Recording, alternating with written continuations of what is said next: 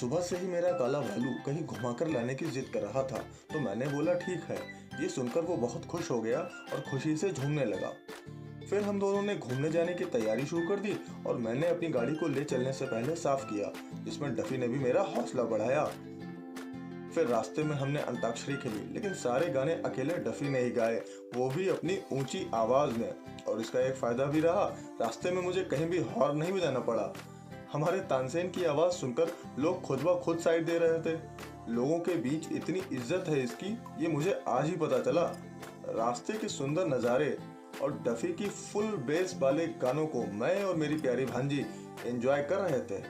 Target destination पर पहुंचकर driver ने साहब के लिए कार का गेट खोला।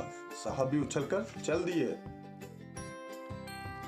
फिर हम तीनों ही चल दिए शहर के शोर शराबे और बड़ी बड़ी गाड़ियों की भीड़ भाड़ वाली सड़कों से दूर, गांव की सुकून और शांत पगडंडियों पर, जिसके दोनों तरफ खेत थे जिसमें सरसों की फसल काटी जा चुकी थी। ठंडी हवा और अच्छी वाली धूप का मजा लेते हुए हम तीनों पैदल पैदल चलते जा रहे थे।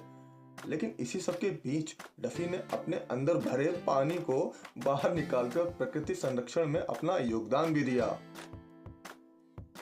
और फिर अपने पैरों से जमीन की पीठ थपथपाकर थैंक यू बोला और आगे बढ़ गया।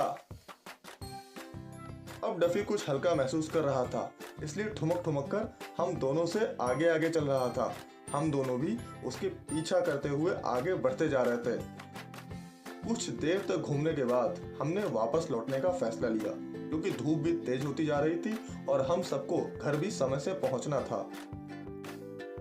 फिर हम तीनों आ गए वहां जहां हमने अपनी गाड़ी को पार्क किया था।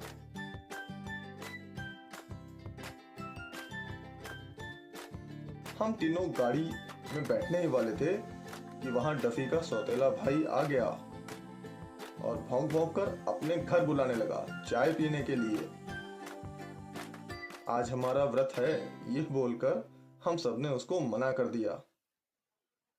इसके बाद हम तीनों अपनी गाड़ी में बैठकर फिर आएंगे बोलकर उसको टाटा करते हुए अपने घर के लिए रवाना